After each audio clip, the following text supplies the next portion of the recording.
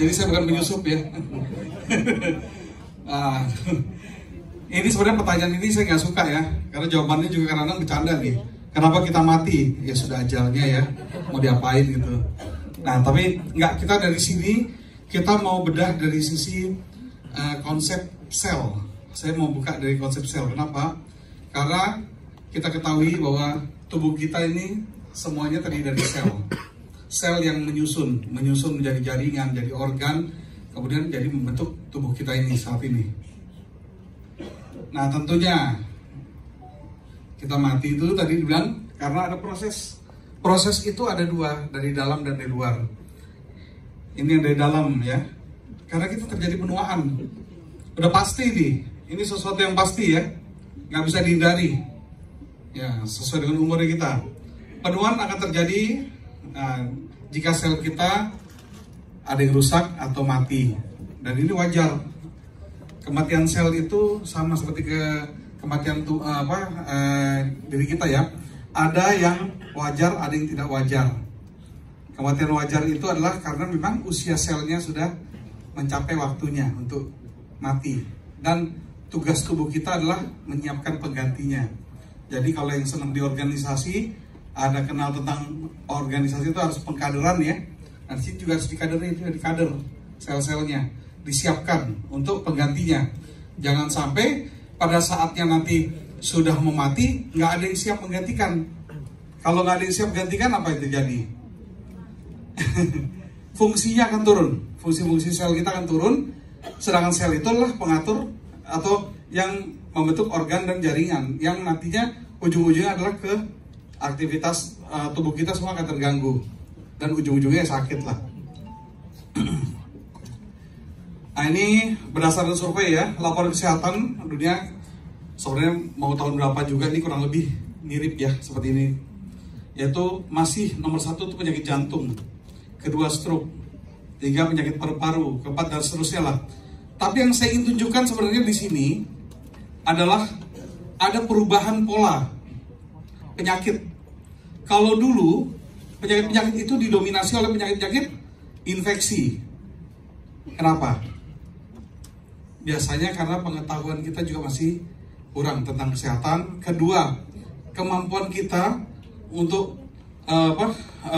dalam kehidupan kita belum semapan mungkin sekarang ya. Masih banyak yang misalnya mungkin baru zaman perjuangan dulu, masih baru membangun kembali. Nah, ini penyakit-penyakitnya masih berhubungan dengan infeksi-infeksi, dengan kebersihan, dengan makanannya yang masih yang kurang dan lain-lain, dengan nutrisi buruk ya. Nah, penyakit infeksi yang muncul. Tapi sekarang justru yang kebanyakan adalah gizi lebih. Contohnya yang ada di depannya.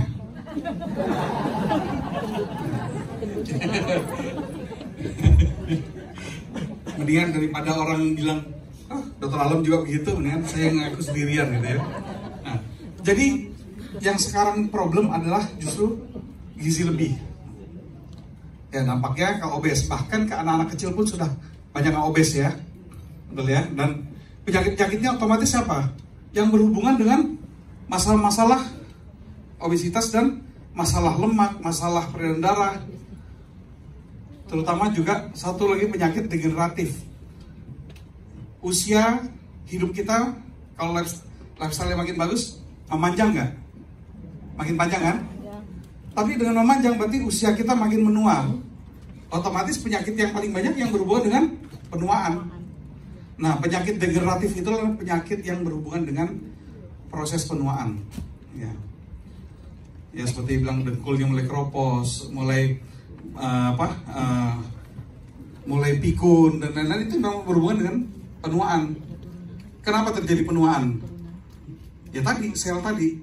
Karena selnya kita tadi tidak bisa dijamin regenerasinya bisa memadai untuk menopang kesehatan kita. Nah, setiap harinya ada miliaran sel yang mati. Ini hasil dari penelitian. Ya, sampai ada klaim begini miliaran sel yang mati. Ini wajar loh, ini sebenarnya wajar. Ini mati wajar ini. Matinya wajar. Kenapa? Kalau sel tuh mati wajar namanya apoptosis. Itu kematian wajar. Kenapa? Memang waktunya. Dia akan akan proses kematian, akan lisis sendiri. Kok bisa miliaran sel yang mati? Ya wajar, kenapa? Karena memang jumlah sel kita luar biasa. Ada literatur yang bilang 60, ada yang bilang 70, ada yang bilang 100. Tapi percayalah bahwa itu semua hitungan pasti ada dasarnya. Sebab kalau tidak percaya, saya persilakan hitung sendiri. Ya, kalau nggak percaya ya, saya sih percaya aja lah. Ini bayangin ya, tadi ini mati ini adalah mati yang normal. Bagaimana kalau kita full stressor ya di sekitar kita, baik elektromagnetik, racun, atau pola hidup yang nggak bagus, atau penyakit infeksi juga yang masih ada ya, sebenarnya masih ada. Bahkan sekarang ini mulai lagi nih penyakit infeksi, termasuk virus. Jumlah sel dalam tubuh ini tadi disampaikan 60 sampai 100 triliun. Di sini disampaikan juga ada penelitian bilang, oh sel otak tuh kehilangan 190.000 sel sehari. Darah mati 2 juta sel dalam 1 detik. Ini kita bicara sekali lagi tadi, ini normal. Yang kita harus cegah adalah jangan sampai yang kematian yang tidak normalnya juga terjadi.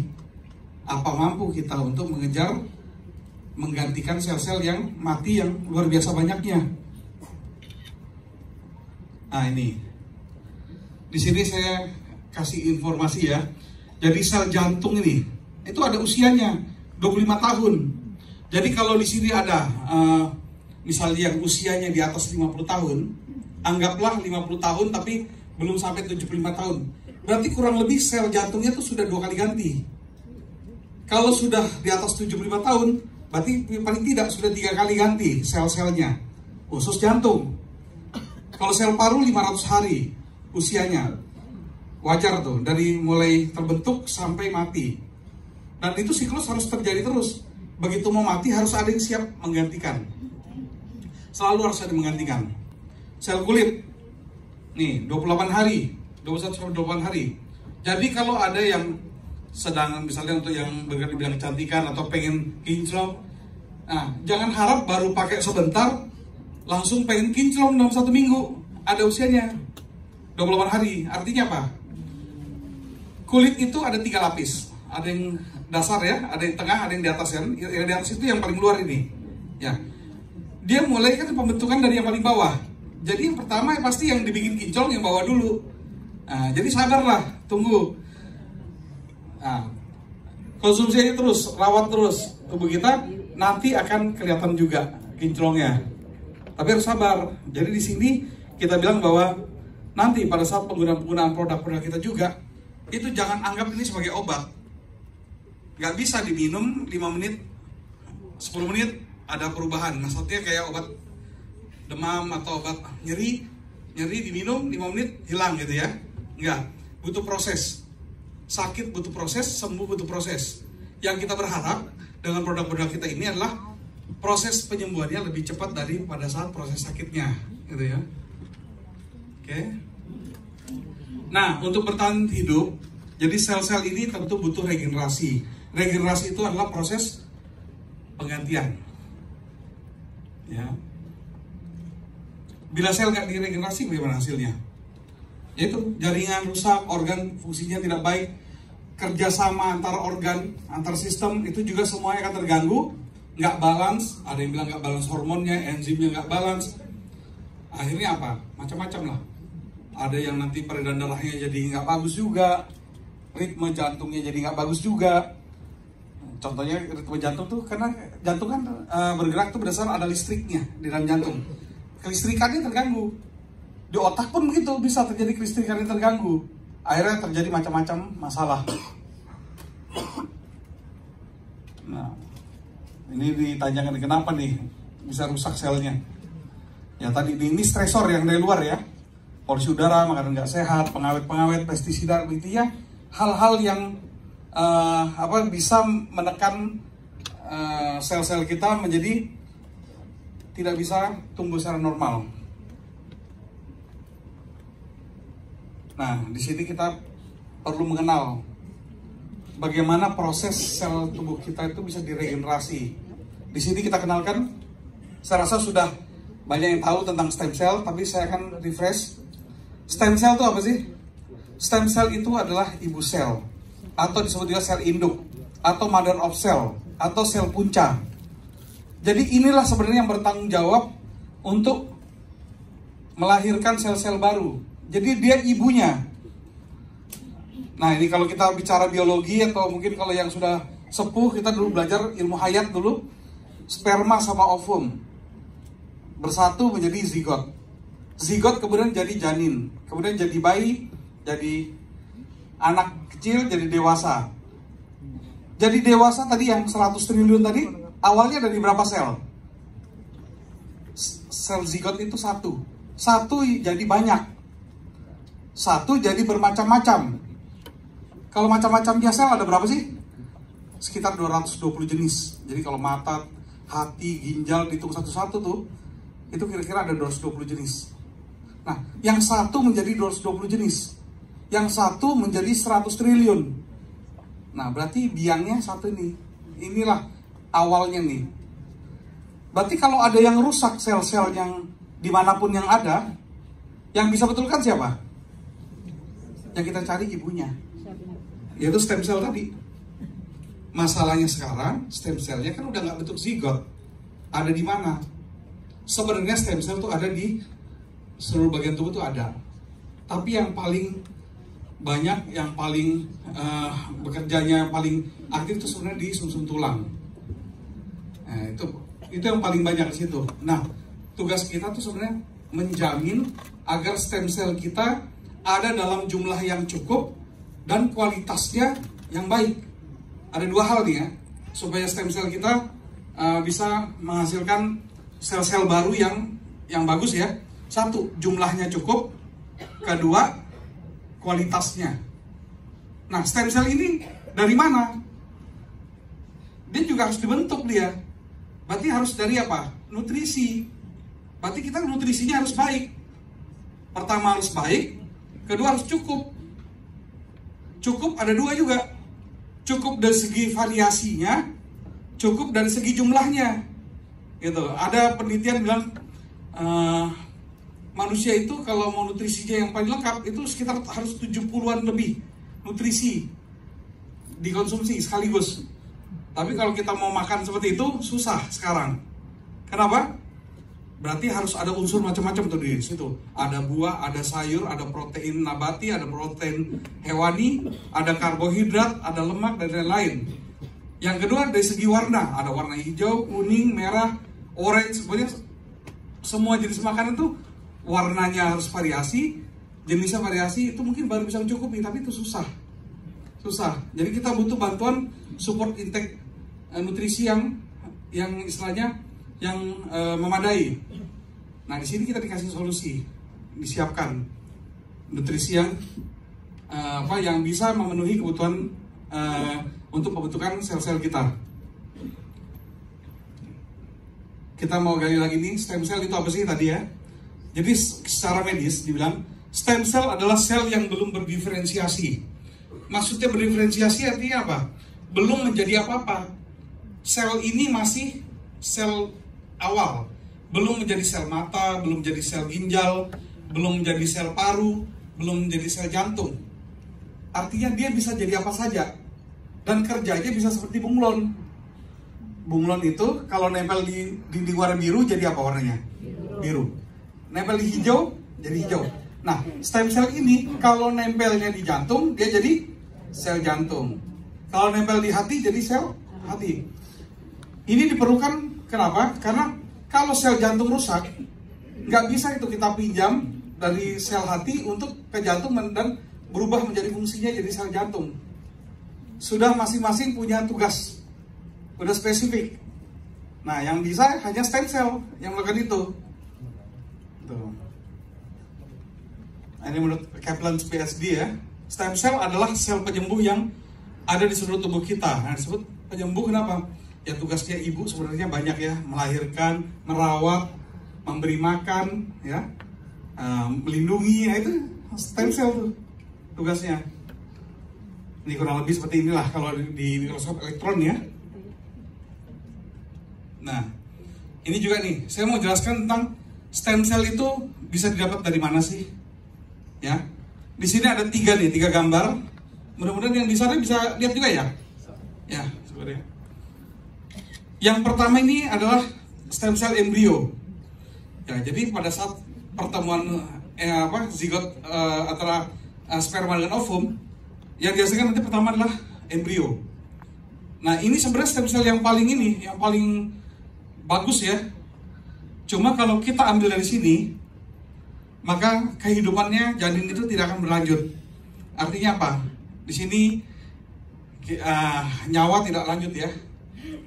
Dan di Indonesia itu nggak boleh, dilarang. Di beberapa negara juga dilarang. Karena apa? Karena di sini mengambil kehidupan istilahnya. Jadi nggak bisa di sini kita lakukan yang pertama nih. Nah, maka kita bisa melakukan yang kedua, yaitu pada saat bayi lahir diambil plasentanya, kemudian disimpan di bank stem cell. Sayangnya, ini juga tidak semua daerah punya fasilitasnya. Pertama, kedua, kalaupun ada fasilitasnya, biayanya juga tidak semua bisa menjangkau. Apalagi ketiga, tidak di semua daerah juga ada bank stem cell-nya.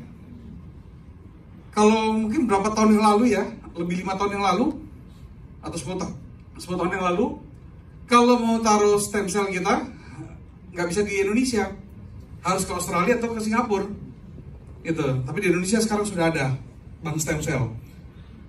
Nah, bagaimana dengan kita? Tentu kita udah kelewat ya, nggak mungkin diambil lagi kan? Ya, jadi udah kelewat ya. Jadi artinya ini nggak semua bisa melakukan dia diam. Kedua nih. Dan ini juga punya jangka waktu. Disimpannya nggak bisa lebih dari 20 tahun maksimal. Jadi kalau anak ini contoh, dia menderita sakit berat di usia 18 tahun, nah itu masih bisa tuh diambil stem cell yang di bank tadi, kemudian dibiarkan kembali, stem cellnya diperbanyak, kemudian disuntikan ke anak itu, dimasukkan ke anak itu, dia akan recovery. Kayak diinstal ulang kalau handphone ya, menjadi fresh lagi, baru lagi gitu istilahnya. Nah, tapi sayangnya kalau udah lewat 20 tahun nggak bisa. Artinya ada masa expirednya. Yang paling mungkin bagi kita saat ini apa? Yang ketiga, stem cell sumsum tulang. Diambil dari sumsum tulang kita. Sumsum tulang kita yang paling banyak cadangannya adalah di sini, tulang panggul. Jadi tadi ngambilnya gimana? Ya tentunya karena ada di dalam tulang harus dibor, harus dibolongin. Nah, ini perkembangan ini ya, zigot tadi saya lewati aja.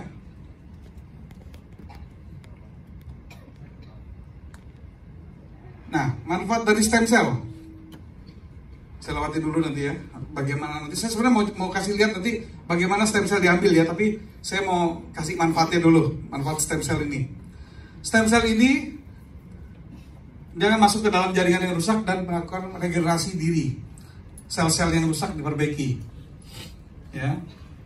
Tentunya kalau sel-sel rusak diperbaiki, diharapkan adalah fungsi organ, fungsi jaringan kembali baik dan ujung-ujungnya kesembuhan, kepulihan.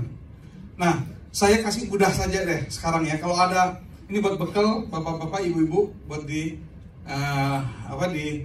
rumah atau di lingkungan sekitar. Kalau bicara stem cell, fungsi stem cell itu 5R aja. Yang pertama, repairing.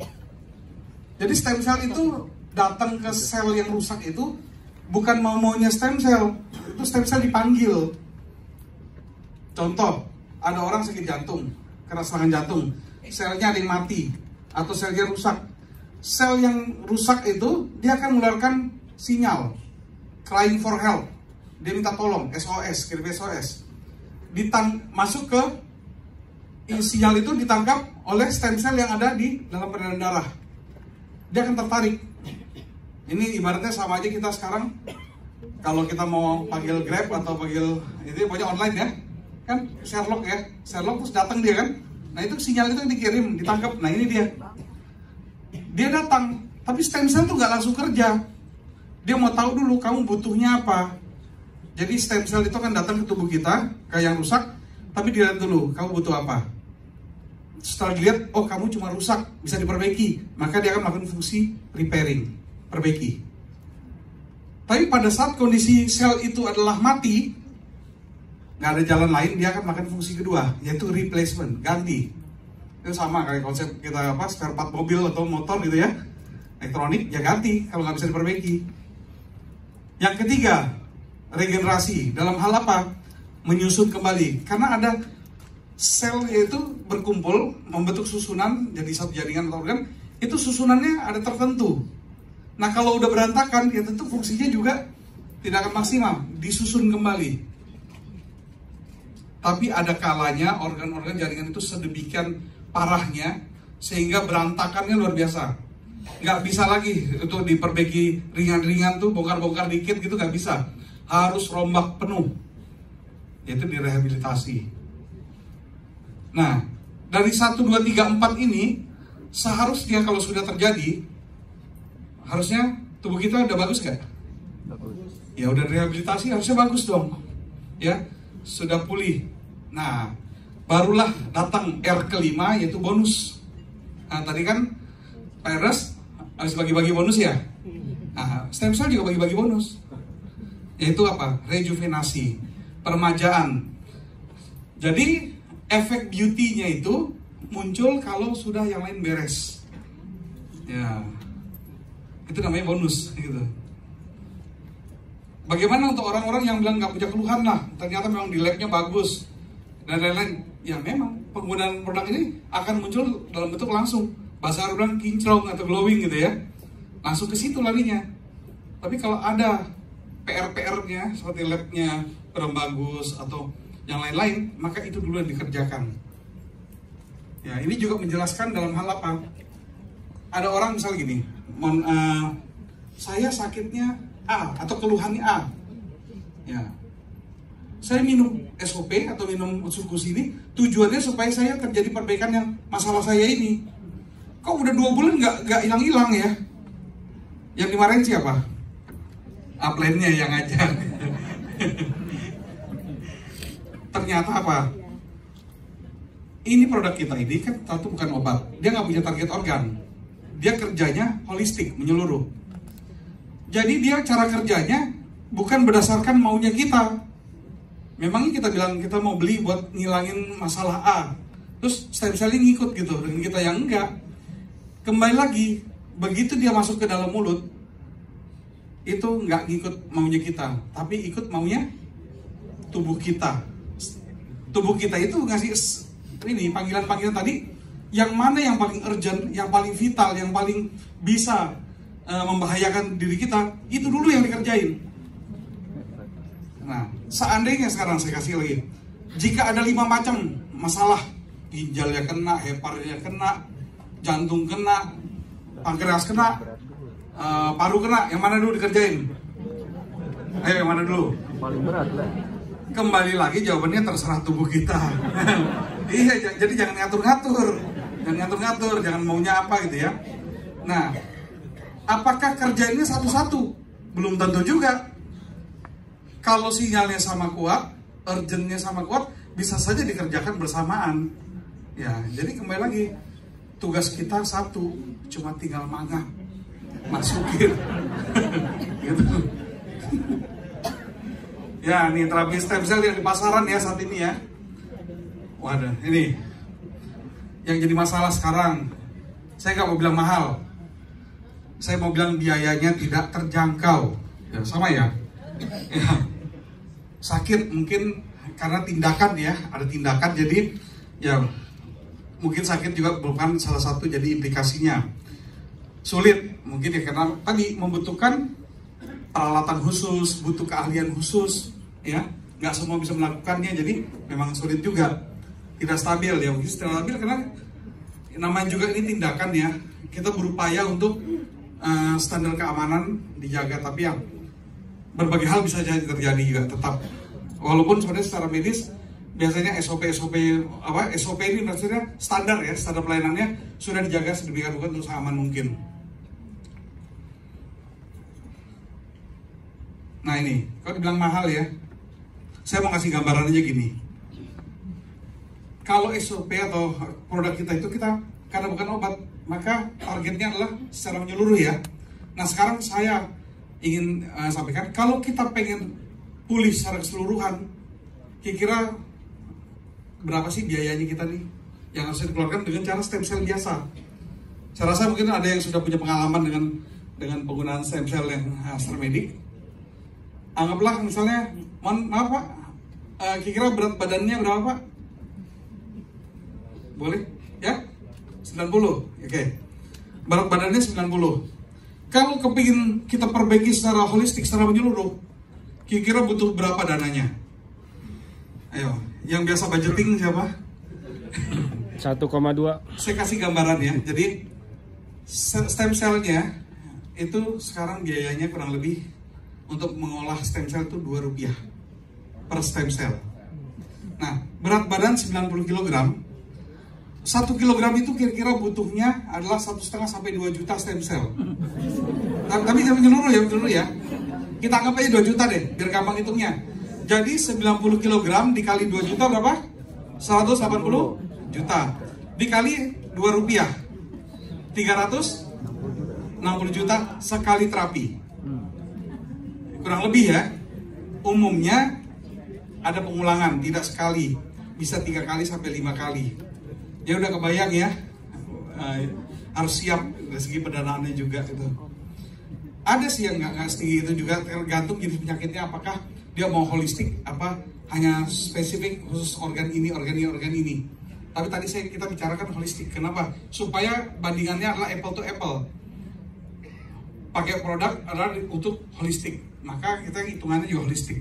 Dan pembandingannya nggak bisa dengan suplemen lain. Pembandingannya harus dengan terapi stem cell. Gitu, karena kita juga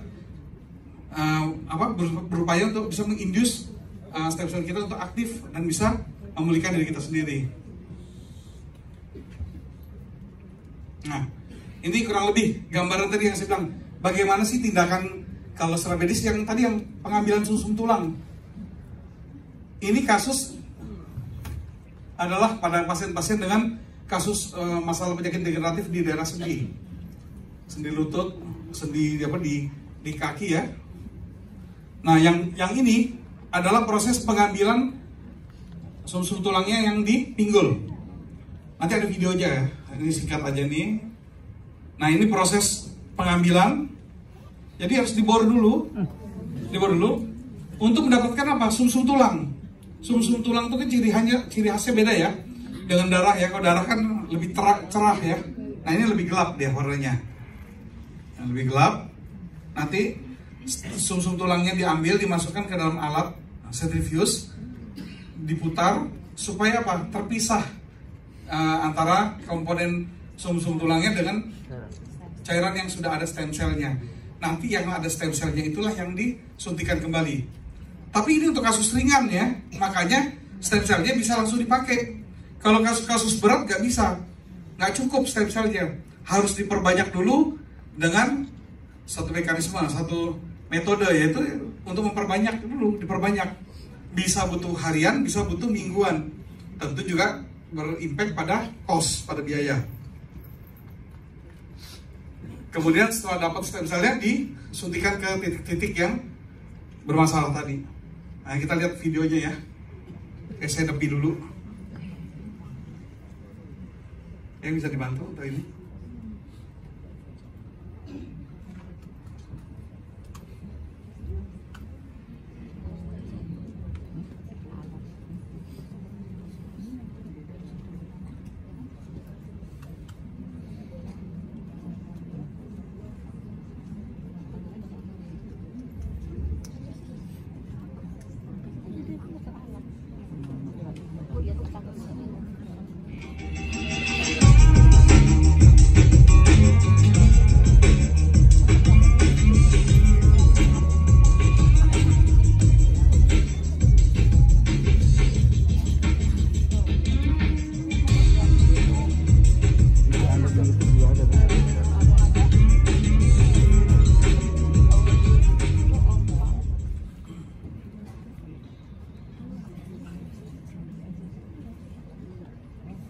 My name is Ross Hauser. I'm the medical director at Ini tahap persiapan ya sebelum procedure pengambilan stem cell, dan nanti ini tempat-tempat yang akan dilakukan penyuntikan stem cell. Lagi dipersiapkan. I think you'll find this particular procedure on this client of Kalau ingin melihat di rumah, lihat di YouTube di stem cell injection, ya. Stem cell injection. Nah, ini proses pengambilannya nih. Stem cellnya di sini, sumsum tulangnya di daerah pinggul. Suffered a myriad of injuries. Actually, her worst injury is her ankle. She had a lot of tissues that were injured and ended up with pretty significant. Di anestesi dulu ya, daerah kulitnya. Here I'm anesthetizing the skin, and this is actually where we're going to get the bone marrow from. So I'm just using Procaine here and just anesthetizing the skin by the posterior superior iliac crust.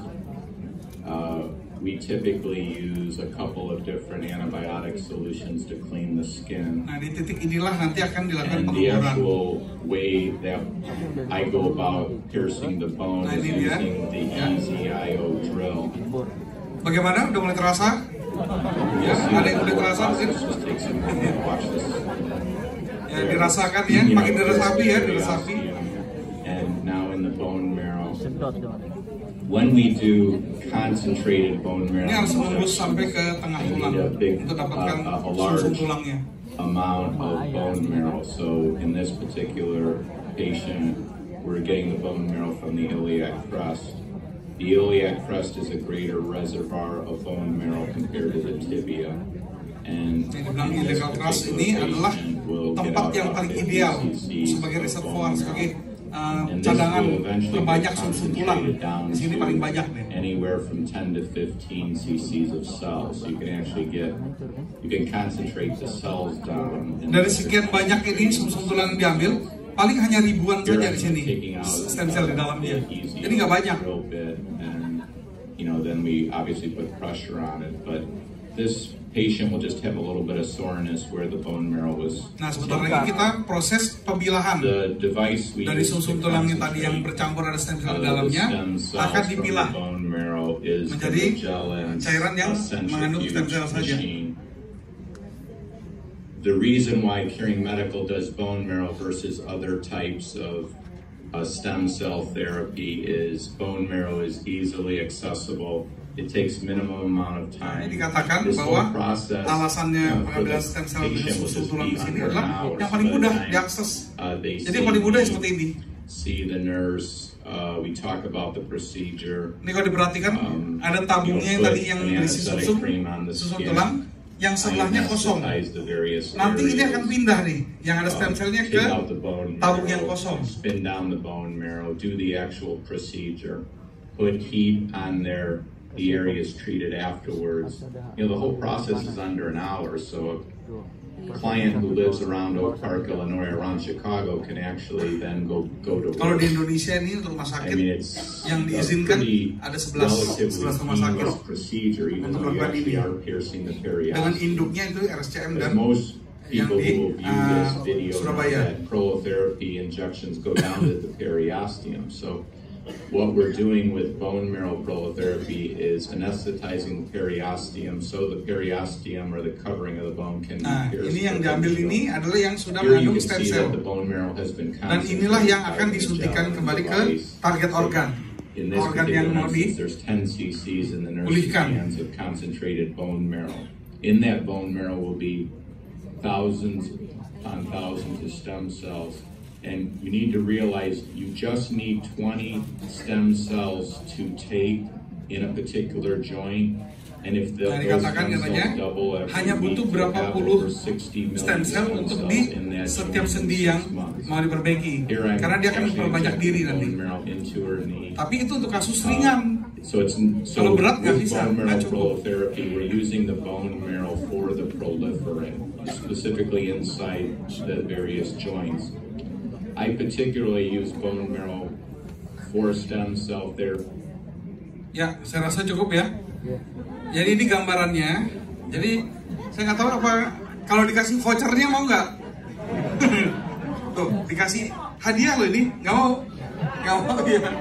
Ya memang intinya gimana pun juga tetap gak nyaman ya, gak nyaman. Kedua ya memang pasti ada risiko karena ini tindakan intervensi. Yang ketiga ya memang kembali lagi juga biaya juga tinggi ya. Nah di sini kita cuma memberikan bagaimana kita punya jalan lain nggak, ada cara lain nggak untuk kita bisa dapatkan manfaat yang sama tapi kita tidak perlu sampai seperti itu tindakannya. Ya ini tadi yang kita kenalkan, yaitu ya dengan ini penggunaan SOP 100. Ini kalau berdasarkan patennya, ada paten pertamanya, efek dari bisa meregenerasi sel. Yang memang tugasnya stem cell adalah meregenerasi sel. Tapi ingat, SOP 100 bukan stem cell, karena stem cell itu tidak bisa dalam bentuk produk, ya. Jadi stem cell ini adalah nutrisi tapi bisa memicu, bisa bekerja seperti stem cell, ya, fungsi seperti stem cell dan memicu stem cell. Selain itu dia juga memberi bahan bakunya. Jadi kalau saya kasih gambaran gini, ada suplemen, ada SOP, suplemen itu bahasa yang lain ya. Kalau suplemen lain, kita ibarat memberikan bahan baku. Kita kalau mau membangun, kalau dalam tubuh kita mau dibangun ya, mau dibangun kembali itu, kita kasih bahan baku, bisa nggak dibangun? Nah ini bangunannya, nggak bisa kalau nggak ada pekerjanya. Pekerjanya itulah stem cell.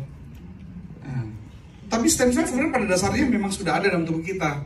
Tapi biasanya di usia 18 tahun sampai 20 tahun itu sudah berkurang dan bahkan kerjanya tidak memadai sehingga tidak mampu lagi bekerja secara maksimal. Nah disitulah mulai proses degenerasi, mulailah kita mulai menuju ke sakit itu ya, muncul tuh mulai itu. Jadi tugas kita apa? Selain bahan baku, kita harus punya pekerja yang bagus. Nah kalau suplemen lain tuh nyiapin nutrisinya, bahan bakunya, kita nyiapin bahan baku plus kita juga bantu untuk pekerjanya itu bisa maksimal.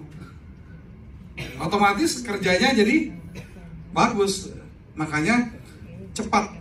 Efeknya boleh saya bilang nih, saya juga bandingin sebenarnya dengan satu produk yang dibilang juga bisa mengindus stem cell lah gitu ya. Ternyata saya bandingkan dengan ini, beda sekali kecepatannya. Dia lebih cepat hasilnya gitu. Jadi makanya saya juga confidence mengenalkan ini. Kenapa? Karena memang saya sudah membuktikan memang dari tahun 2016 saya sudah berkecimpung dalam hal seperti ini dengan menggunakan produk lain. Tapi ternyata di sini lebih cepat hasilnya. Ini tepuk tangan dulu nih buat inventornya dan buat AFC Indonesia. Terima kasih banyak sudah bisa dibawa ke Indonesia dan dikenalkan. Luar biasa, ini ngasih solusi banget gitu ya. Jadi ya. Nah ini dia patennya ya. Dan luar biasanya ternyata patennya juga bukan paten terhadap brandingnya, bukan terhadap SOP 100 yang di branding brandnya, tapi fungsi. Kalau kita di medis, yang utama fungsinya tuh, kalau udah bilang paten ini kita udah nyerah deh, maksudnya nyerah dalam hal apa? Nggak bisa berdebat, karena ini melalui uji klinis, pasti udah melalui uji coba, dan ini artinya apa? Kalau ada 100 orang diuji coba, diberikan SOP ini, maka 100-100-nya itu semua mendapatkan manfaat sel regenerasi efek. Yang bisa berbeda apa aja? Kecepatannya. Kenapa? Karena masing-masing orang unik. Ada yang metabolismenya cepat, ada yang lambat, ada yang punya PR-nya banyak, ada yang sedikit. Itu yang bisa membedakan. Tapi kalau bekerjanya, semua bekerjanya. Ini dia, makanya patennya keluar di sini. Yang kedua, selain bahan baku dan pekerjaan untuk membangun tadi, yang harus bagus dalam tubuh kita apa? Peredaran darah. Karena peredaran darah ini yang tugasnya membawa bahan baku tadi untuk sampai kemana-mana. Membawa oksigennya juga, oksigen itu bahan bakarnya ya, sebagai bahan bakarnya. Membawa gula juga buat energinya. Selain membawa yang baik-baik, dan dia juga tugasnya kalau lancar dia bisa membawa dengan cepat semua hasil metabolik atau hasil sampah-sampah tubuh yang harus dibuang. Itu harus bagus. Jadi Darah kan tugasnya dua ya. Satu mengantarkan, satu lagi mengirim untuk dibuang. Ya. Nah, ini harus bagus. Otomatis kalau darah kita bagus, banyak masalah-masalah yang berhubungan dengan peredaran darah, penyakit-penyakit yang karena peredaran darah itu diselesaikan juga. Yang ketiga, efek yang saya bilang tadi, bonus nih, bonus skin improvement. Nah, di sini kita bukan bicara lagi anti-aging, ya. Kalau anti-aging itu artinya, kalau saya bayangkan gini, usia 40 ke 50, nah, terus mulai minum, di 50 tuh mulai minum, misalnya produk ini. Berarti nanti pada saat usia 60, kurang lebih tampilannya kayak usia 50. Artinya udah stop di situ, anti-aging. Saya malah reverse aging, malah balik. Usianya ke 60, tampilannya ke 40. Jadi luar biasanya reverse aging. Itu ya, tepuk tangan lagi nih, luar biasa nih. Tapi ingat, ini adalah bonus. Dan semoga semuanya dapat bonusnya juga. Nah, jadi kalau memang mau nyaman daripada yang tadi ya sudahlah. Bahasa gampangnya ya, kalau yang ini kan tinggal mangap aja ya. Tinggal mangap, rasanya pun enak. Oh ya, di sini kan ada penggunaannya, ada yang campur air, ada yang di maksudnya itu sebenarnya masalah selera. Kalau saya biasa kadang-kadang gini, penderita penyakit ginjal yang minumnya dibatasi. Tentu dia kalau dipakai air kan jadi ini kan bisa apa misalnya ini jadi melanggar larangan ya.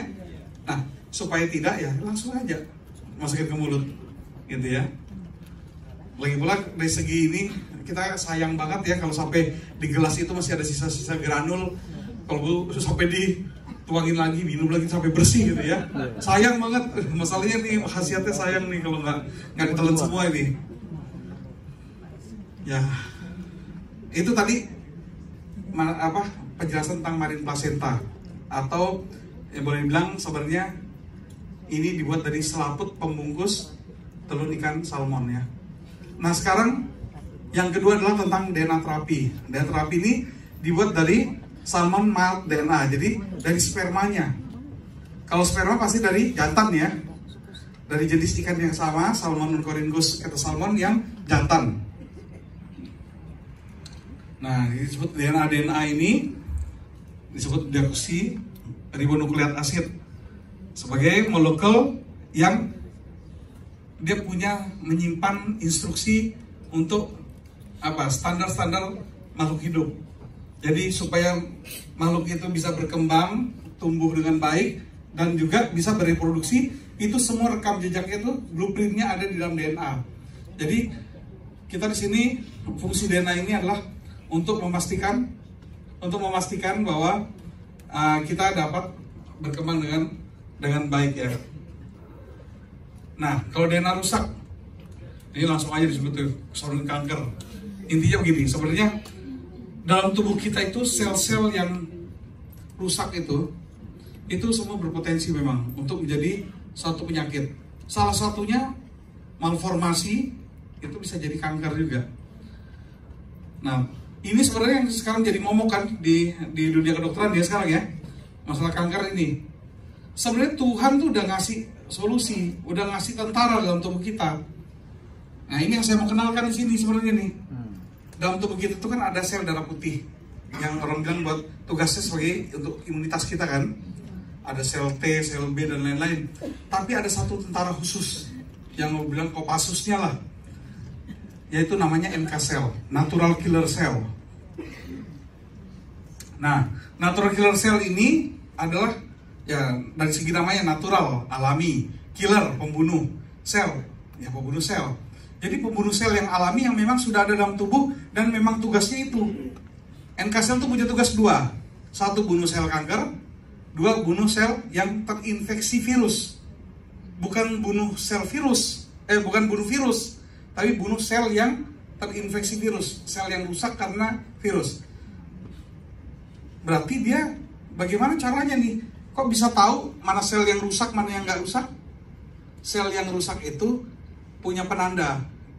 Itu bagi mereka tuh, bagi natural killer cell tuh dia tinggal cari mana sel yang kehilangan satu komponen namanya MHC1, MHC1, itu tandanya bahwa sel itu sudah tidak sempurna.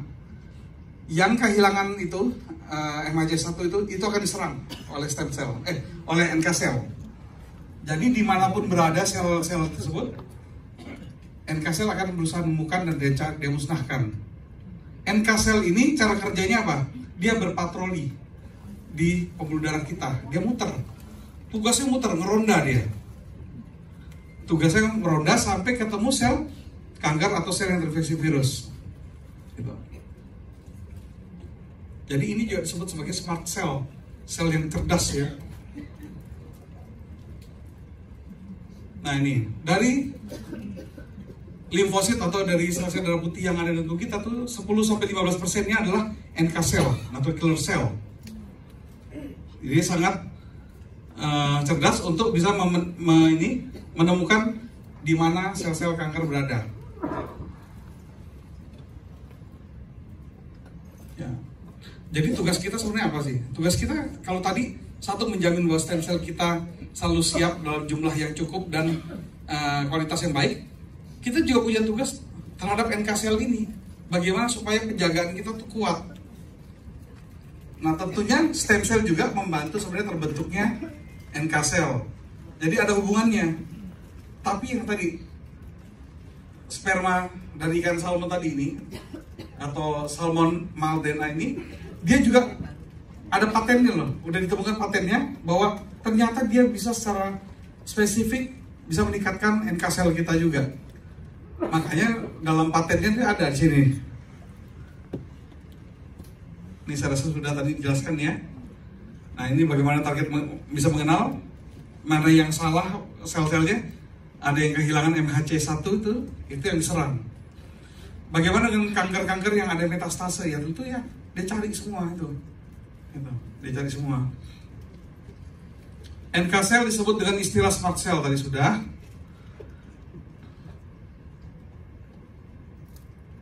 Nah ini dia tugasnya, dia akan menghancurkan sel-sel. Ada di hasil uji klinis tuh, dilihat sel ya, sel kanker, itu yang sudah diserang sama NK cell, dia akan mulai rusak di pinggir-pinggirannya tuh, lama-lama lisis, hancur. Itu. Oke.